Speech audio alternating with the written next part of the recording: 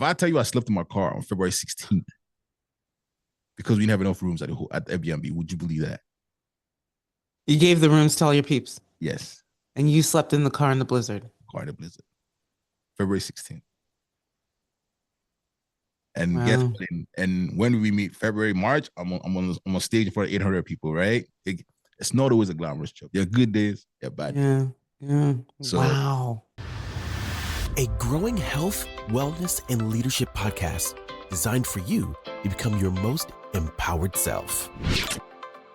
Great day, amazing humans. Welcome to the Empowered in My Skin podcast, where our mission is to help 1 billion people in this world think in more empowering ways. Empowered humans empower humans. So you are the right spot to become a lead domino for empowerment today. So let the show begin.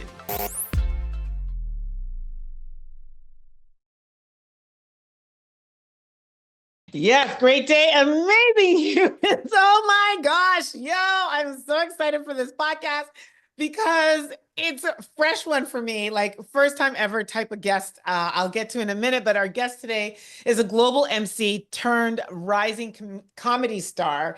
From hosting events around the world to selling out his own stand-up tour, he shared stages with some of the biggest names and built a brand that blends humor, hustle, and heart. I love him. So please join me in a big podcast welcome for Nnamdi Okaa, aka Mr. Dre. wow. Thank you. Thank you. Thank you. Thank you for having me. It's And a that pleasure and voice, an honor that to be voice. here, man. Thank you for having me. Yo, okay, so first of a kind, I've never interviewed a comedian and I love to Okay. laugh. And I'm like, Right. I'm hoping I can keep it all together. Well, I saw him on stage probably about 3 weeks ago, 2 weeks ago. yeah, something like I'm that. still laughing at one of your jokes, which I'm going to tell in a minute. I will never tell this. Well, thank you. Thank you. I'm glad you had And, time at the show. and I also had the pleasure of hosting an event with him. And I'll never forget, like, true story. I remember when I was like, I'm going to have to host an event with a comedian. I was telling my friends, like, I'm actually nervous because, Yeah. like, how's that vibe going to work? Like, say they're funny and I can't match that. But it was awesome. It was just wicked. It was What's cool. funny is when I found out that I was co-hosting with you, I was saying the same thing to my guys. Yo, this woman has done it all. Like, how do you go toe to toe with that? I'm just gonna be like taking notes as opposed to working. So I had the same kind of feeling just coming into that event. But it was a fun time. It was a fun time. It was a really fun time. So yeah. let's get started because I really want to learn about your life. Okay. Okay. And I just want to know, like, how do you know when you're funny? Like, so hold on. I forgot to tell you what the joke was. The joke was, everybody, we were at Comedian Tricks. He was hosting, and should I call you Dre, Mr. Dre? Yeah, Dre's Mr. fine. Dre? Dre's fine. Dre's Mr. fine. Dre, Dre's Dre, fine. Dre. Yeah. So, and Dre was hosting, and the final joke he dropped at the opening was he said, if you can't find the jokes funny, then my job description is bigger than your problem. Yeah. You obviously say funnier, but it was something along those lines. Yeah. No, so basically I was opening up. I was just trying to get the crowd warm and just kind of let them know what's going to happen tonight. And I like to end with stuff like that because then it's just like, okay, guys, let's just have a good time, you know. So I'm glad it worked. Yeah, it was really funny. It was really funny. So Thank you. my first question I typically ask all my guests is, what was your most empowering thought of the day you've had so far? Of today or today. I think being here. Oh. Being here. Just because I get to speak to someone, and I think I've told you this, I've admired you from afar. And I'm glad we had the opportunity. I guess it was just perfect timing because I've known of you for a very long time. And it felt like knowing that I'm about to have a conversation with you, it felt like everything I've been doing kind of, I won't say leading up to this, but it's built me for this, you know. So it's empowered me, it's gotten me, everything I've done has led me to this. And so I'm excited. I feel like what I'm doing going forward is it's right. So that's right. kind of empowering. This is what I'm going to say to you is, I think you're a massive personality, and I think God is doing work in you, with you, through you, and in a very, there's something that's just yours, uniquely yours, obviously. And I think I'm excited. Like, let's just start talking about it. Like, first of all, you were born in Nigeria. Yes, Anambra I am. State. Yeah. Yes, I am. I have to confirm, but I think my mom's from Anambra State. But anyway, so journey to Toronto. Like, Right. talk to us. Um, basically, I think I've told the story once, but basically, I was in university in Nigeria at the time in Lagos State, and I wasn't the best of. I wasn't the best of kids. I wasn't the best of. I wasn't the best of kids. Is that the right English? You were like the best student. You weren't the best No, student. I wasn't the best. I wasn't the brightest tool in the shed. I also wasn't one of my favorite. I wasn't my dad's favorite kid at a point in time, and so I was out one night. I have to ask you a question. Where are you looking? I'm thinking. I'm thinking. I'm gathering my thoughts. I'm gonna look at you now. I'm gonna look at you. Okay. Uh, no, but like basically coming to Canada was a funny story because my dad just told me, "Hey, you're going to Canada," and I was like, "Where's that? Like, what is that?" I never had heard of it, And then when I found out where I was coming to, I was like, "Okay, cool. I'll be with all my friends." So to a place called CIC. And that CIC I went to, it's not the CIC everybody went to. Everybody went to the one in Hamilton. I went to the one in Kitchener-Waterloo. Actually, Baden, Ontario is what it is. So it's 30 minutes outside of Kitchener-Waterloo, but the closest landmark is Kitchener-Waterloo. So, that's my journey to Canada. And then, speaking of university, we had that conversation earlier on. And basically, I came to Canada and I was like, why am I around so many Nigerians? Where can I go that I will not see Nigerians? At least not a lot, so that there'll be few of us, so we can lead and just be impactful. And it wasn't going to be York University at the time, Everybody that knows York University, So I could go research. The next thing, Trent University appeared on the map. I was like, that's where I'm going. I had no idea where it was. But you didn't think that any Nigerians knew that either. And you know the shocker? There were Nigerians there. Dude, I was waiting for that. There's Nigerians everywhere. One of my closest friends went to Trent University. I met him there. He graduated before I, finished. And I met him at Trent. I was like, Yusu, you are here. Got the idea. But, that was one of the reasons. And obviously the program that I went in for at the time was particularly favored at Trent University. And just to understand something, did you come by yourself or did your dad was already here or? No. I've never told this story before. My dad was coming with me to Canada. Okay. We got on the flight. We got to Germany, where we did our layoff. I'm thinking, okay, we're going to get on the flight from Germany to Canada. We get to the gate. Why am I already laughing? My father says, you're on your own. He's going to the United States. He left me. He also had to clear the skies, clear the Nigerian skies. Now we're international waters, so that you can't run and go back. Yeah, exactly. That's his point. And so I had to journey the rest of the way from Germany to Canada by myself. Wow. And how was that? How was that experience? So it wasn't as bad because I've had to travel before, but also I went to boarding school back in Nigeria. So the idea of living alone and being by myself, I'm kind of used to it. And I think I won't like that even better. Just like myself, but like halfway. Just right. But, settling in wasn't the easiest thing to do because you're coming to a new country. You're all by yourself. Even though you have cousins and uncles and people scattered around, it doesn't mean you're gonna see them for ever. I will see some of them. Still, all these years. All these years. But I'm thankful. I had people to call friends at the time that like grounded me and showed me the ropes and how to carry on from there. And so where have you're domiciled? Like, where do you reside now? Because you're not still out by Trent University. No, I'm not. The journey it's been funny. I moved from Peterborough to Oshawa. Yeah. It's like 45 minutes. And I moved from Oshawa to Whitby. So I was currently staying in Whitby, which is 20 minutes. Okay. So you haven't, you're just still trying. At least you're on this side of the, I would say the passport. Yeah. You don't. So sometimes I feel you need a passport to get to like Oshawa. So beyond Oshawa, it's like, fair, I'll take that. It's like 1-905. Long distance. Fair. So I feel like I'm gonna fast forward. Where are you looking to? Where are you looking at? I was thinking. But Now Oh, you see. no. You kind of think and then you're supposed to come back focused. Mm-hmm. No? Okay. Yeah, fair. Let me try and okay. So I feel like I want to understand because I really Mm-hmm. want a lot of this podcast because there might be somebody out there listening. Like Yeah. you have something special. Thank you. Not everyone can do comedy. Thank you. Yeah. So I want to know what moment you just knew you had something special and it was to be a comedian. And you also have to tie in, did your parents say that this was one of the options they wanted for you? Because I'll start with this, right? Because so I went to university for environmental science, and it's the okay. closest thing to science that I could take for my father to pay my university fees. Ah. He didn't care what it was, as long as there was science behind it.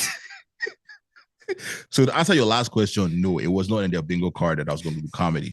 And I remember when I finished university and I had that whole moment where you do the, hey dad, I'm going to school, take the degree, I'm going to go do my thing. And I remember telling him I was going to, be in the entertainment industry and I was going to start being a professional MC because that's how I started. Mm-hmm. And I kid you, know what? Like he called my mom. I said, your son thinks he's going to go to Hollywood. I was like, hey dad, two different things, but hey, okay, I get your drift. And it took me a while to prove it to him that this was what I was gonna do. And Mm-hmm. you know the typical story when you start paying the bills, when you start taking care of family with work that you do that is not what they assigned. Yeah. Then to like, okay, that's my song. And so, but it didn't get to that for a long time. And even some days now, there's still some kind of contention. He'll call you, do your PhD, that kind of thing. But I love him because it's a way to just remind you that you got to keep working, that you just got to keep working hard and don't let it get to you. Kind of like, your fame, don't let that get to you. Just what's the next thing you got to kick off your bucket list. But how I figured this out, I'll tell you something about me. I have huge imposter syndrome. So I deal with that a lot. And so I do rely, not necessarily consciously, but I do rely on my friends to sort of push me or what's the word? Tell me that, yo, you can go get this done. That's why when I did my tour, I had to have my people around me. Not because I wanted them to like make my head feel big, but I just needed them around me because they knew that it was kind of like a silent help you continue to push through the fear. Exactly. Yeah. Confirm you. Oh God, you do this. You know what you're doing. But exactly that. And so validation has been a very big issue, still is for me. And I'm thankful for that because how I started was basically someone just said to me, hey man, I think you're funny. I think you should start. And that led to missing classes, going on trips, just to like pursue the hustle. So I always tell people I give a shout out to my bad friends because that's why you're bad friends, because they're the ones that made you miss class. Exactly, because to be able to go do shows in other cities, because I started as an MC before then trying to do comedy. And then comedy really came because part of my skill set when it comes to being a master of ceremony, as you know, is everybody has different skill sets. Like it's being witty and being spontaneous and being able to handle a quick joke here and there. So I already kind of had those, that skill set and still honing on it. But the pandemic hit, no gigs, no weddings, nothing. Someone said to me, so are you telling me that because there's nobody booking you, you're not going to get on stage and be in front of an audience? And that kind of hit me really hard. And then I figured out, I've wanted to do comedy for a while. And comedy was the way for me to get people to come out and see me for who I am. Whether it's buy a ticket or, whatever, just show up for me.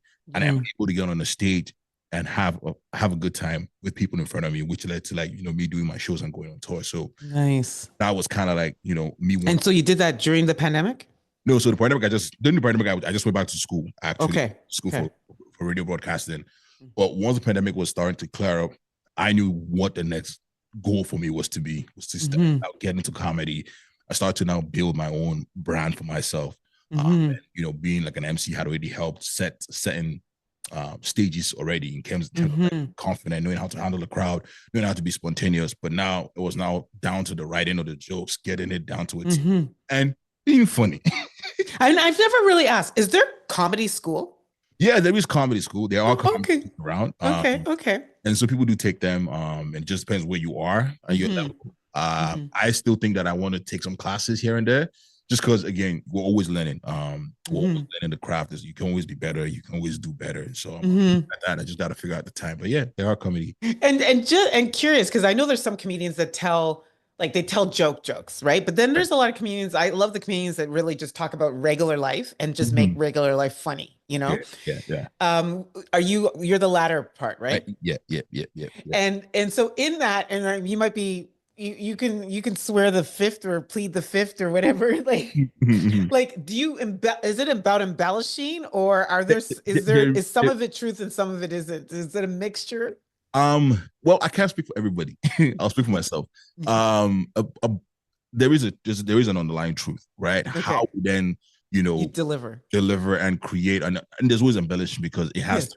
It sometimes just regular stories, and we have to, but for me, there is an underlying truth to a lot of the jokes that I've been telling. And a lot of the shorter stories are just quick experiences that I've been a part of and experienced. So there's always underlying truth to it. But then it can get lost in the entire story. But for me, there is that way I'm able to remember the joke anytime. Basically. I love that. Yeah. So I'm gonna say something because the next question I kind of marries to something that you actually just said in passing, and I want to just commend you for actually being that vulnerable and talking. So I'm allergic to the imposter syndrome.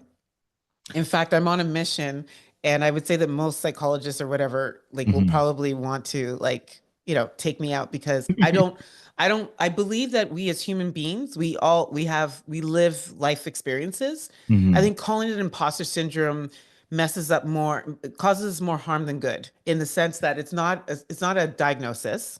Right. And it's not something and it's such a broad statement when you say you have the imposter syndrome, when it's really situational potentially. Right. And it's fleeting. It's not like you don't have it every single day, all throughout the day and every moment, right? Yeah. And so I actually had a journey with it because I believed that I had imposter syndrome. Then somebody took me from imposter syndrome to imposter moments, right? There's these tiny moments when you're in a certain situation, and what happens is it's moments of uncertainty where you're doubting. Yeah. And so I've learned how to cope with that, by my brain. There's things that I know to be true. For example, I know my name. And in moments of doubt, when I start to say my name and just keep saying my name, well, my breathing slows down and I start to get some clarity and I'm back in the moment that I'm in. And I realize that maybe I just need to ask a question, or maybe I'm in the right room. I'm supposed to be where I'm at. Suddenly you get a little bit more clarity even in that moment. And then I heard the most brilliant thing last year. And that's why now I have a mantra that is there is nothing imposter about me. And women tend to carry it more than others. And by the way, I even used to say imposture. And my girlfriend's like, it's not imposture, it's imposter. But anyway, so there's nothing imposter about me, because there isn't. And there's nothing imposter about you. And I think what we have is we have these crises of confidence. Yes. And they're moments. Right. And everyone has them. And therefore, when you do have it, it's not wrong. It's you're having an actually human experience. And if you can humanize it, it's easier to work through. There's nothing wrong with you. Gotcha. So I appreciate that. Yeah. So I like that you said that, but I said even behind. So when I think about, I just see highlights. Right. I see your wins, So what's something about your journey that people don't see? I would never have thought that about you, but is there something else that people don't really see about you in your journey? That I mean, I don't know if it's what I wanted to say was I think people don't know that I like to be by myself. In as much as the job requires us to be around people, and I'm very much an alone person. I really enjoy being by myself and just being by myself. I'm not an outsider person kind of person. Personality is different when we're outside, we're doing what we gotta do. But if you let me be, I'm more enjoy it. I like to learn, and if you notice that the show we're doing, obviously we're working together, but I was listening to the things that you're doing because I'm taking away from again, you as a professional, but I love to listen and learn. Even though I have a number of podcasts and I do all that stuff, I would prefer just to sit down, listen, and learn. That's yeah. We're kindred spirits, because as much as people think I like to be out there, and it's not that I love people, I just don't necessarily need a lot of people. My personal time, like if you're on my phone, it's special, you know. Yeah. If you get my number, it's special. Yeah, so I really do appreciate that. Um, flip, flop to fire. What is that? Is that a term you carry? No. No, my team asked the question. So they said that they want to know. I don't know if it's comedian thing. I was like, flop to fire. I was like, they're like, just ask them. I'm like, flop to fire. I don't know what that is. But essentially, when something like a time when something went wrong, but ended up leading to something really impactful. Do you have one of those I'm sure moments? there's one of those. I gotta just think about it. So some a time that something. Yeah, it could Um, even be on stage and you're like, God, how am I gonna get through this? And then it was just like one of the best experiences you ever had. um, flop to fire. Flop to fire. Gotta think hard. Can we circle back? Just Yeah, we can circle back. That wasn't rapid fire. That okay. wasn't a rapid thriver. So I still have Okay. more. Okay. So like I feel like comedians have the hardest job because like to your point, as much as it was a joke, it's like typically we should like humans should be light in life. And I think Mhm, the lighter you are in life, the funnier things can be. Like you're not taking life mhm, so seriously. mhm, So how do you work through that? Because you have really no idea who's in the audience. You just know you have a job to do and you will have to figure out your crowd. Like, how do you hone that craft? And when there's just so many different people in the audience that have, like, they've come from so many different experiences. yeah. I think for me personally, because my comedy is not like I'm more about just creating happy, feel good moments, and Okay. the different stages you get to in life. Maybe this stage you just want to talk about certain topics that are really near and dear to you, and you might have to find a different crowd, a specific crowd for that. But I consider myself very safe in general. Um, Mhm. within the comedy space that I'm a very applicable because again they're my experiences and I'm trying to relate that with Mhm. with the different audiences. But I think Mhm. my a few things that I like to do is or the vibe check thing that we do, where we Mhm. kind of figure out where people are from. And then, Mm. as much as like you guys are screaming and having a good time, I'm mentally taking notes, okay, of the kind of people that are in the room and the people that I'm going to apply myself to. And then obviously, as you go within that, Mhm. one thing I've learned is the different rooms require different words and I think Mm. put it and where you place it and how you say it. Like, you know, um, I've done jokes where I would say the same thing, but the punchline will always be different because of the rooms are different, and also, Got it. if you're millennials in the room, they will get this. If you're Gen Z's in the room, they're not gonna get it. So you gotta Mhm. Mhm. kind of Mhm. figure out that as you go. So, but me, I have things where I like to walk around the building just to kind of Mm. see, before the show starts. I have the privilege to do that right now, because I'm just still coming up in industry. So I'll take advantage of all those things where I can walk around, see who's in the building. That gives me an idea of where we're going to go with things. But I would say like when you're opening the show, at least when I'm opening the show, I try to have less pressure because I feel people give you grace because you're the one who's coming up to like just talk to them for the first time. Yes. Yeah. And so I'm just more about warming them up and just letting you know who I am, and then also trying to Mhm. get to know you. And then there's some sort of energy that connects, and then and then we push from there. And I mean, those are the few things that I've just kind of put into practice over time. That has helped me win the Yeah. I 'cause almost feel like you guys are like psychologists because you have to understand, like, kind of what you just like, you have to understand different behaviors, different right. mindsets, different generations. Like, you have to study people in a sense, no? Yeah, no, you have to. You just didn't have to go to medical school for that. You know, you could have said to your dad, like, effectively, I'm a doctor of But sorts. I have a joke like that that I'm the I've I'm done the before. doctorate degree in Yeah, yeah, comedy. yeah. Are there any actually are there any doctor comedians like There are. So I don't. I mean, I don't know any personally, but Mhm. they're out there. I know there are teachers who are comedians. Yeah, I've seen a bunch. I know a bunch of them who are PhD in comedy. yeah, yeah. Yeah. It's out there. Yeah, you can actually design the program. No, but I think it's quite fascinating.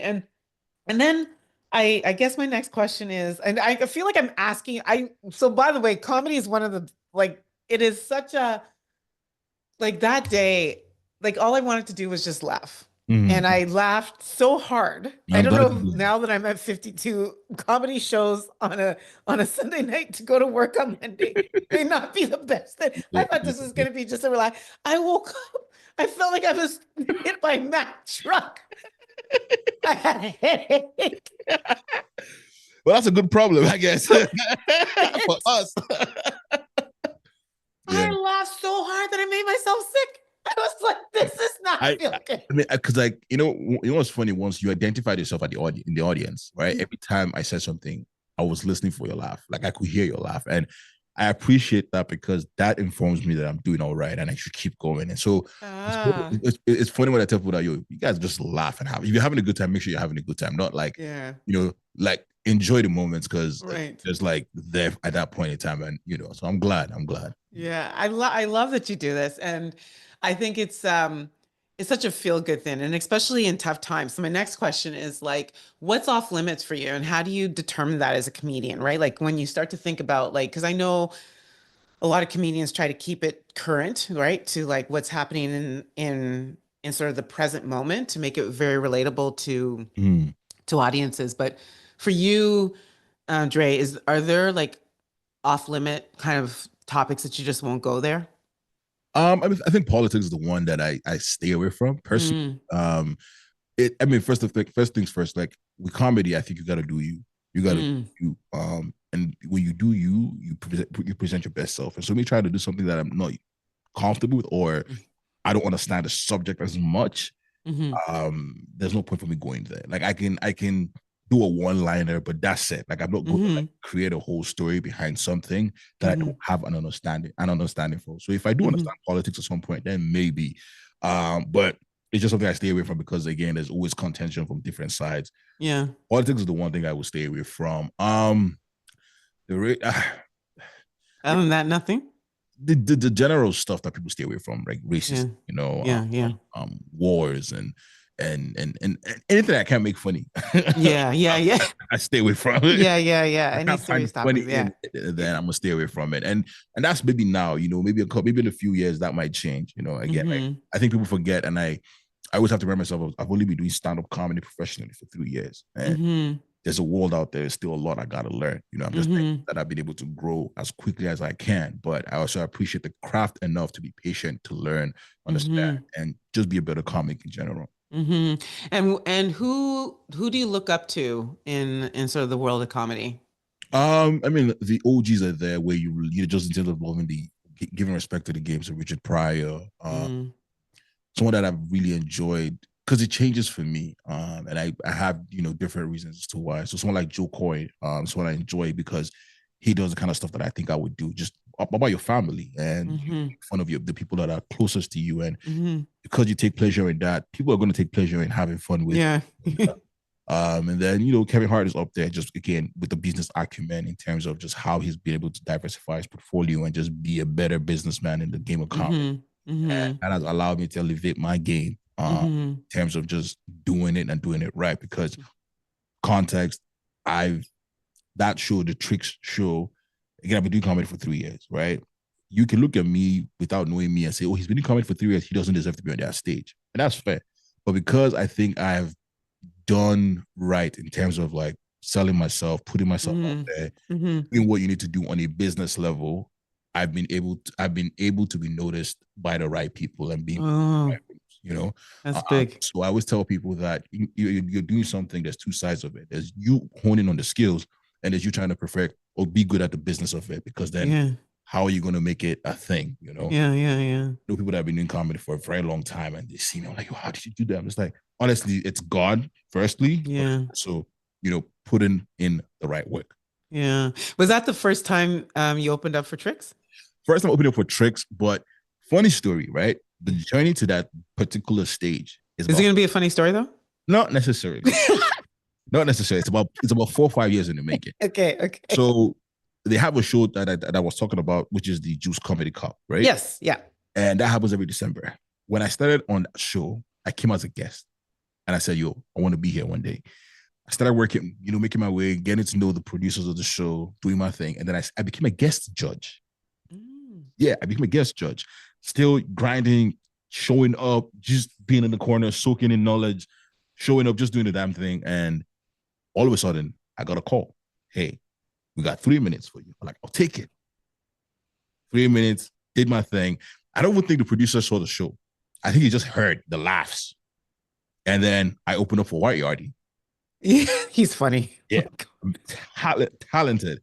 Then I went from a guest judge to being a comic on Juice Comedy Cup last year. Wow. That was 2 times. That was twice in 1 year, and then obviously Tricks. And so it's just, and that's 5 years in the making. Yeah. And I'm just grateful that I was paid. And I love that. And then thank you. So I love that journey. And it's 10xing. It's 10xing. Amen. It's 10xing. Amen. And so, and my last question before I go into Rapid Thrivers, you can imagine, like, this is like one of my favorite interviews because my cheeks are hurting. Like, this is such a feel good. You're such a feel good human. Anyway, just so as feel you are good. yourself, by the way. As you Thank you. You've made this very easy, so thank you. So when comedians get together, yeah, do you have serious comment? Like, what's the like what is that like? You know what's funny? Now that you say that, I don't think we really have conversations. Like, it's not funny. It's not as funny as you people think. No, no, it's not. I think the fun is after the show. But before the show, when we get together, like before a show, it's not funny. No. You're just talking? Yeah, it's not funny. I'm thinking about it now. I'm just like, nah, we're just regular people. Like, if you walked in there, you'll be like, these guys are not going to make us laugh. These guys, somebody get the fire marshal. We have a problem. Like, clean up. I guess it's like anything else, right? Like, once you're under the spotlight, you kind of go, right? Yeah. And so I have two choices between, like, sort of this final question is like, and I'm trying to think which is the better one, but I was gonna ask you, like, do you have a favorite story or joke that you tell? But I was also gonna say, like, then my second question was, and you get to choose which one you want to answer. Like, if I just say tell a joke now, can you? Like, or is it like you have to be And here's the funniest thing. Through this entire thing, I don't think you've told a joke, but I don't know when I haven't been laughing. Like, it's just, I hope I don't wake up sick tomorrow. I hope you don't. We still got the rest of the week to get through. I guess I'll tell you one of my first jokes that I remember writing. And it's funny now because you do those jokes and like, I can't do that anymore, man. It's too. But I remember I used to tell this joke about how I got my permanent residency, right? And I remember going to pick it up from the immigration office. And the guy goes like, yeah, man, be careful with it, I'm like, why? He's like, yeah, man, your permanent residency is like your G2 of citizenship, it means that you have privileges, but you don't have all the privileges. And so the more you mess around, you're gonna find out and you can end up right back where you began. And so I used to tell it obviously in different ways, but that's one of my best jokes. And then obviously, and the good thing about comedy is you tell a joke as time goes on, you're able to add more to that. Yes, to it, yeah. And I've gone on to add more to the joke, which I find really cool. So, yeah. Oh man, you're so awesome. So heading into Rapid Thrivers, when you think of somebody who inspires you, who comes first to mind? Can I say you? No. Because you're like right there. That's so obvious. But thank you. I take those flowers. You gave them to me already. Yeah, fair. If who comes to mind in terms of inspiring me, trying to think. This is no rapid fire for sure because it's okay. I'm dwelling on who this person might. Now, so many names have passed through your mind, by the way. Yeah, no, so many do. So, but if it comes to inspiring, who inspires me right now?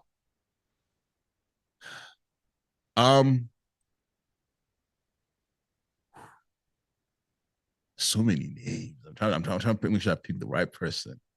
From the heart. Can we come back? Nope.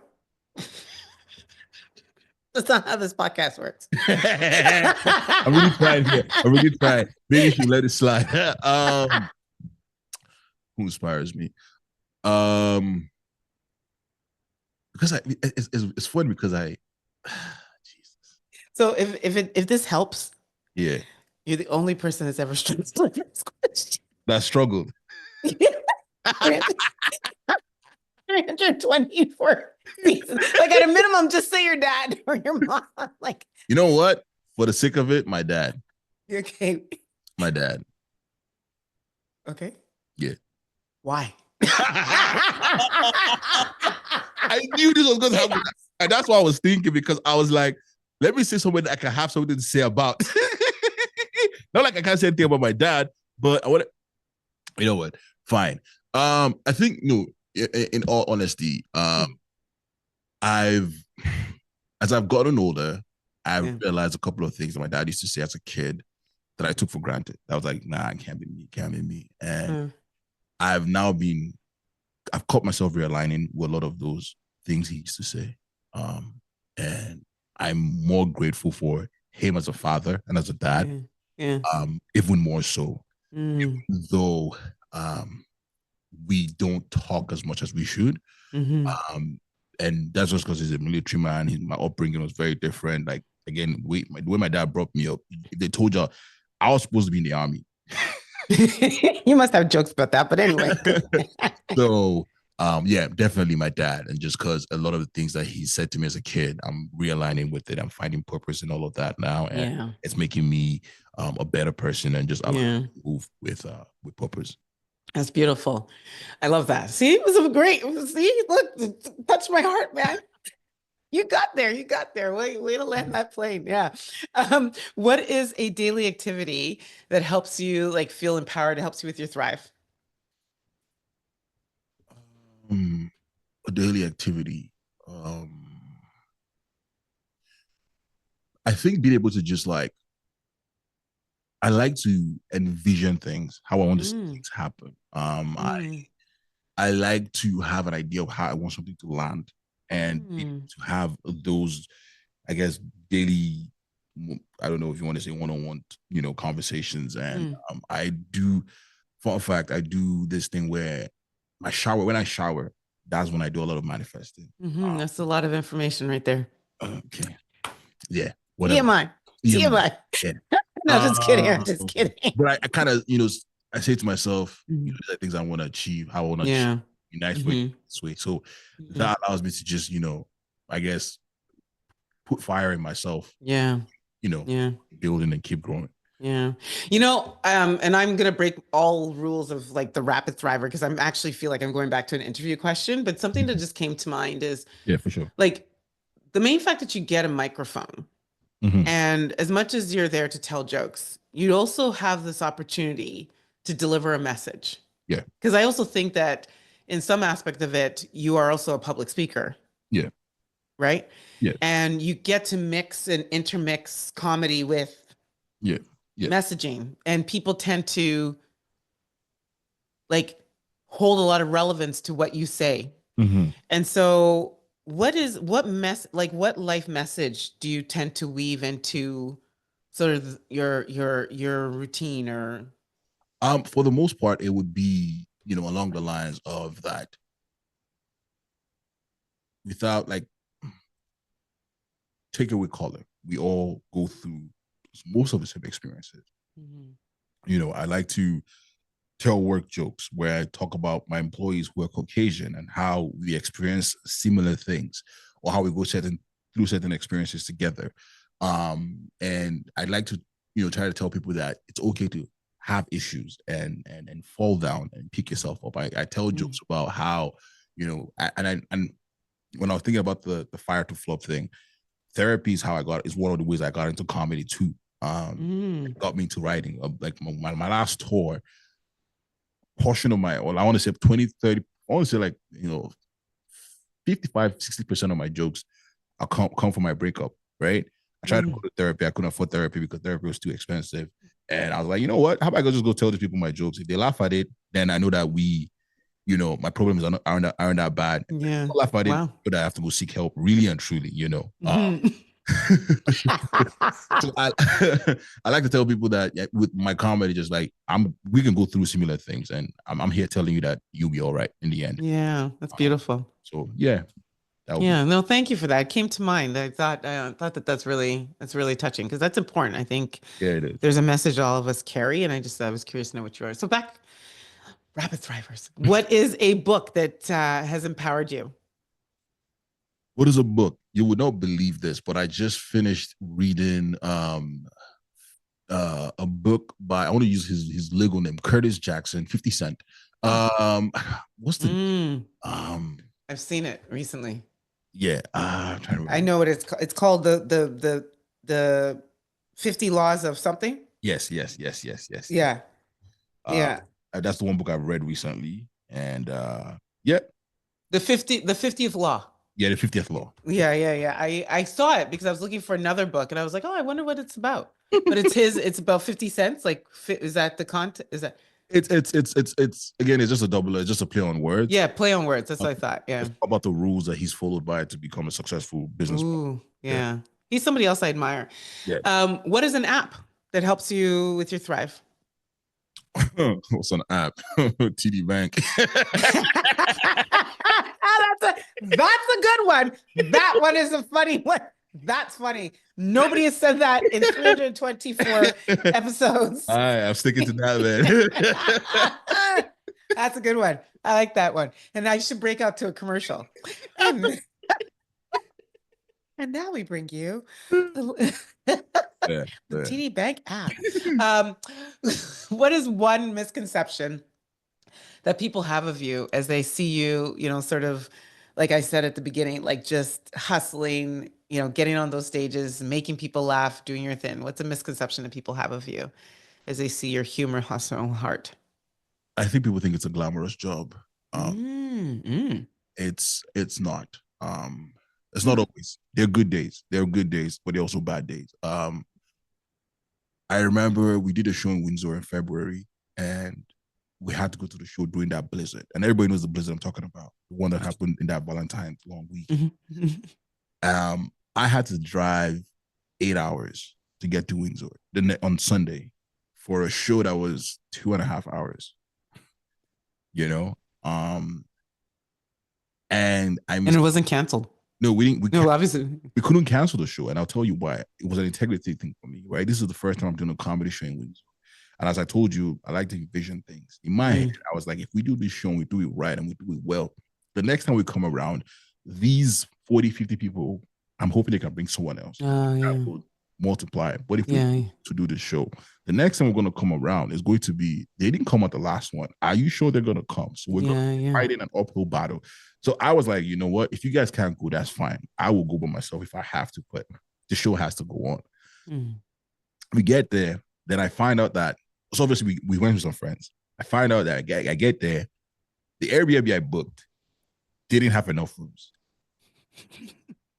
If I tell you I slept in my car on February 16th because we didn't have enough rooms at Airbnb, would you believe that? You gave the rooms to all your peeps? Yes. And you slept in the car in the blizzard? February 16th. And guess what? And when we meet February, March, I'm on stage in front of 800 people, right? It's not always a glamorous job. There are good days, there are bad days. Yeah. So, wow. Yeah. But just the Airbnb was that small? Like, how big's your crew? Like, again, we were 7 of us. And you guys couldn't just like there's no floor? Like, a grown man. We didn't carry an airbed. I didn't realize. That grown man. They're grown and everyone needed their own bed. Wow. Yeah. That is something. That is something. Yeah. So where do we find more of you? I think Instagram is the biggest social platform that everybody connects on. So you can definitely find me on Instagram. Okay. You can find all the stuff that I do and all of my other endeavors that I'm currently a part of. And Instagram will be. You have 2 podcasts? I have 2 podcasts. One with DJ Revy B. It's called the Mista Podcast. I met her. It's a she. Yeah. And we kind of interview creators and creatives and mostly DJs in the community just to tell their own stories, because we forgot a lot of DJs. Some people have been through a lot. And some people are really amazing people on the other side when you get to know them. And it's a very fun podcast. We just wrapped season 1. We're currently filming season 2. So by the time this comes out, we should be in the progress of releasing season 2. And then the other one, which is the one that I want to see you on very soon, is the Backyard Bands Comedy Podcast. It's the one where we just engage with our kinfolk, have conversations, break bread. You definitely will not want to go to work the next day because we're gonna just laugh. I think I'm funnier talking to you. I feel like some funny came out of me today. No, I think you can do stand-up comedy. You just gotta find what your go-to. But my thing is, I think I would talk about the humans you have to work with.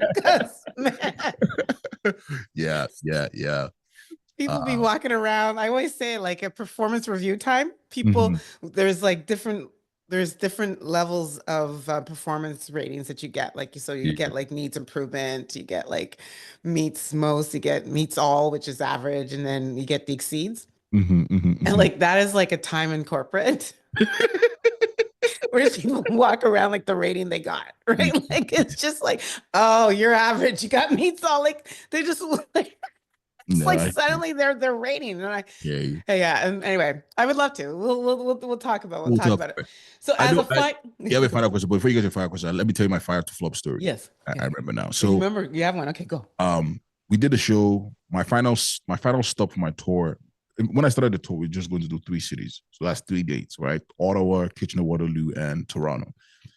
We then did the Toronto show, right? And God, has it. We sold out the first date, right? And I sat by myself for like a few days with that news because I didn't know what to do next. We had sold out like 2 weeks in advance, and we were still getting requests for tickets. So I was afraid to put on a second date. Why? Because no one in my circle has put out a second date for a show.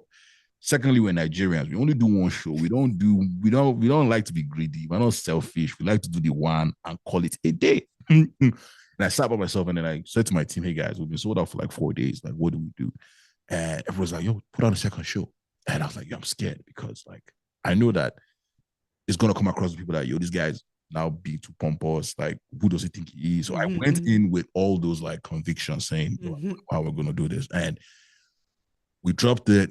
And I remember like the first few days, no one was buying the ticket. I was like, God, I knew this. I knew this was going to happen. I started walking back on all my, like, I was like, yo, we're going to do this. I was like, yo, we're not going to do this. We're not going to do this. But, it came out to be the best show that I had. Wow. Don't tell the people that came out to the first show, but it turned out to be the best show that I had because I think I wanted to prove something, that if people do show up, they will get they're going to get the best. They're going to get them. Yeah. And they did. And that was my bet. That was, again, I love doing all the cities, but Toronto, that last show was like, it was amazing. Yeah, that was it for me. Yeah. I love it. I love it. Do you have another show coming up? So I don't have any personal shows coming up. I'm working on another tour. Okay. I can give you an exclusive. It's going to be a double headliner tour. Okay. So it's going to be it's same time October this year. So we're still putting all the details together. Okay. City tour. We're trying to do we did 3 cities last time, but I'm trying to double down on that, 6-9 cities. So okay, I'm there. I'm there with my big ass laugh. Yes. Appreciate it. So this podcast is called Empowered in My Skin. Yeah. And I'd love to know what that means to you. It's funny. I tried to do some, obviously listen to, a few of the episodes. And by the way, you're doing an amazing job. Thank you. 300 and something episodes. That's something we all should aspire to get to. Thank you. Because I know what it means to show up every day, sit down, whether it's bad day, good day, you have to put on a smile and talk to people and get their stories out of them. So I want to give you your flowers because I know it's not Thank you. Thank you. Thank you. 7 seasons. Come on. Thank you. Thank you. So please remind me the question again. What does it mean? What does Empowered in My Skin mean to you? Empowered in My Skin for me. It means showing up as who I am. Accepting everything about me. And I say this because I think the best way to explain is I'll tell the story. When I came to Canada, I didn't go by Nnamdi for a long time. That was because of that whole, let's say stigma, or factor of the fact that if you put your resume down and they saw your name, Oh God. they weren't gonna like, I wish you knew me. and I've heard you spoke about it a little bit at the show we hosted together. But and after a while, getting into the radio business, I was reading Mr. Dre for a while, but I was like, this next chapter of me, they're gonna know me for my name, right? And it started with the little things, changing my name on Instagram, just having the Nnamdi, just like, give you that idea that okay, that's my name. And then coming to the radio business, I'm trying to apply for jobs. I'm like, I'm putting my name on the like. I'm accepting it. I'm not like, oh, you can call me this, you can call me whatever. Like, and so that empowered me to just walk and just be confident. And it's made me just feel listened to, heard, when I speak. And I love my name. I really love it. What does it mean? My father's alive. Oh. Yeah. And I love it. That's how I will explain being empowered in my own skin. Just accepting who I am, and it's never too late to do that for anybody who's out there listening. That's beautiful. That part, that's beautiful. Thank you. Right. Thank you for this incredible gift of sharing amazing, energizing, like energy with you. I knew it was going to be fabulous. I knew my day needed it. And I'm so happy you said yes, and you said it so quickly. And I actually really grateful that we're connected. And I'm more grateful than you are. Let me just tell you. No, see, I have this conversation with a friend of mine. You actually don't know how grateful I am. So no. You don't know. You don't know that you don't know. Size. You actually don't know the size of my. You tell me before I tell you how grateful I am. You tell me how grateful you are. You are grateful, too grateful. I'm intoxicated in my gratitude. Fair. I'll let you have that one. You had that one. Anyway, my friend, and to everyone that's listening, I hope you laughed as much as we did. But sadly, this is where I have to say, we're out. Bye-bye. There you have it. I trust that you're feeling more empowered in your skin. And as the late Dr. Maya Angelou says, when you get, you give, when you learn, you teach. So it would mean so much for us at EIMS if you share this episode and tag us, or teach an insight that you learned from today's episode on your socials and tag us.